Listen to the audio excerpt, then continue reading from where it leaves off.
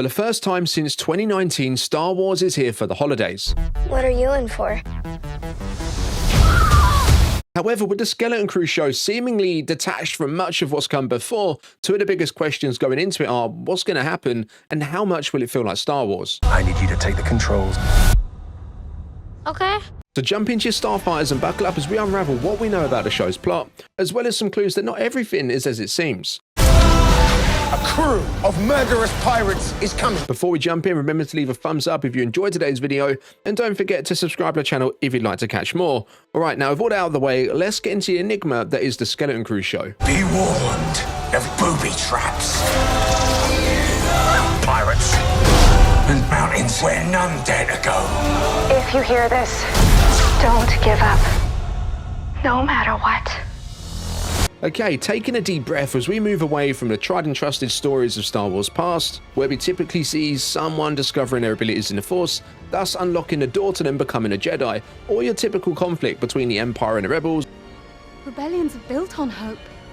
or more recently the New Republic. Skeleton Crew is pretty much riding in a lane of its own. Although it's set within the galaxy we all know and love, so we could be returning to iconic locations that we haven't seen since the original trilogy, such as the forest moon of Endor, which we spoke about in the last Skeleton Crew video.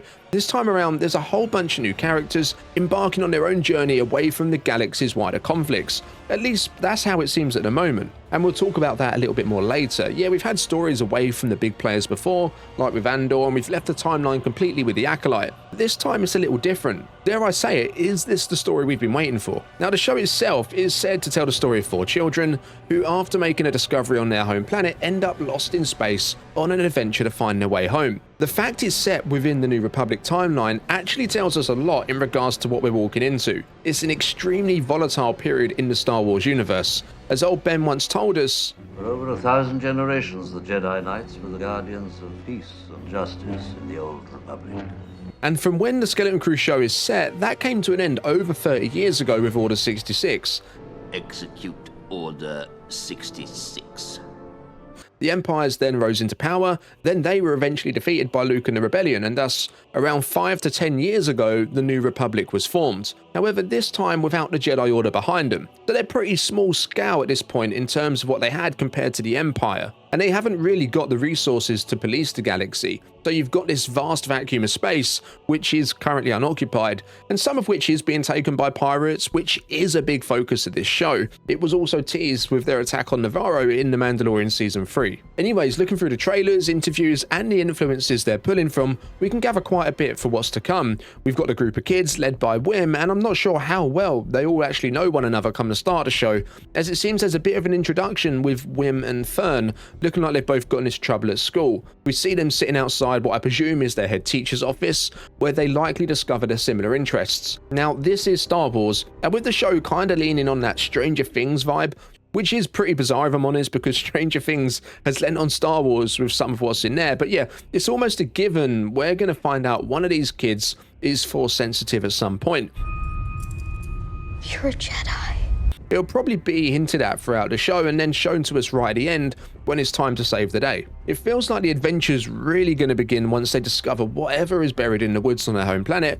Now, in terms of what that is, the trailer mentions a lost Jedi temple, but then in other shots we see them flying off-world. There aren't many Jedi temples that fly, so I think what they discover here is actually a ship, which perhaps was once used by a Jedi, with the coordinates to the temple perhaps in its programming. Now, on the other side of the story, Wim's father knows where to find him out in the woods, and he gets there just as they take off, so perhaps we'll also see the parents embark on some sort of journey themselves to find their kids, which will also likely put the New Republic on alert too. It's not good PR if you have a bunch of kids lost in space. Anyways, with the kids lost out there in the vast vacuum, we're going to see them in a few tight spots and having a few close calls, but in the process of that, I think they'll come into possession of something pretty valuable. Perhaps even something inside the ship they found, as we know they're becoming entangled with pirates. We've also seen them flashing around Old Republic credits.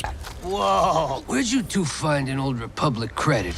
Which, to me and you, is really just a Republic before the Empire, and because they're seemingly somewhat of a rarity these days, I'm inclined to think that they were on the abandoned ship they found, which means potentially That ship itself hasn't been set foot in since the rise of the Empire. Who knows? For a kick of nostalgia, perhaps they'll fire it up and press a few buttons, and the old Obi-Wan hologram will pop up, warning any Order 66 survivors to stay clear of the temple. That would be a pretty cool history lesson for them. Now, talking of Jedi, they encounter a character known as Jod at this spaceport, who overhears them talking about needing to get home. Given he's seen them spending Republic credits, which might have actually increased in value over the years, he's more than likely just sensing an opportunity for an easy payday. Now, Jod's one of the biggest mysteries of the show so far, and I think that mystery is only going to deepen as the show progresses. Portrayed by Jude Law, he's being called by the showrunners as a different kind of Jedi, and in fact, Jod's not actually his name, it's just one of the aliases he goes by. So given the heavy pirate presence in the show, we're probably going to find out he was once a youngling at the Jedi Temple that somehow survived Order 66 and fell into a life of piracy as a way to survive. He was probably taken in by one as a mentor shortly afterwards. Now, there's a lot of talk regarding him being the real villain of the show. Perhaps the fact he uses multiple aliases backs that up, and we can't rule out the possibility of him actually being a character we've heard of before, even in current canon or in Legends. But from what we've seen of him in the trailers though, I think he comes across to kids, and as I said, he's just looking for some kind of payday himself. Whoa, where'd you two find an Old Republic credit?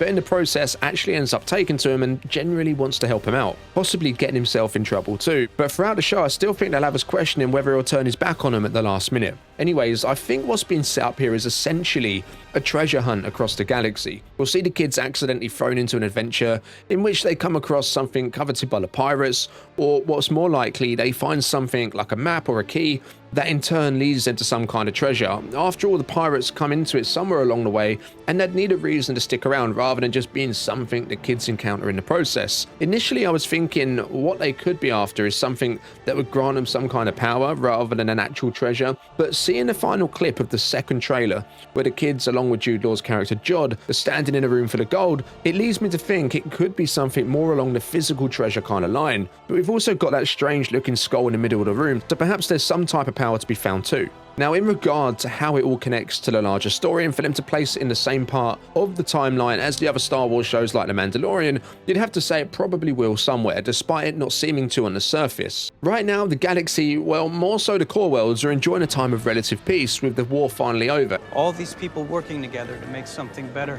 However, the kids are out there lost in space, seemingly coming into contact with these pirates. We know the Imperial remnants are busy occupying some of that power vacuum left behind by their own defeat, so they'll be out there as well on a smaller scale gathering resources for their eventual attack on the New Republic. Grand Admiral Thrawn has just returned, and we haven't seen how much their activity has ramped up since then, so we could see some Imperial shiftiness playing a part in the background of the show. I can't help but think that where there's Imperial activity, what was first just a dream has become a frightening reality. Some of the other characters can't be far behind. Whilst it's not totally out of question, I don't think we'll see someone like Luke Skywalker appear, let's say.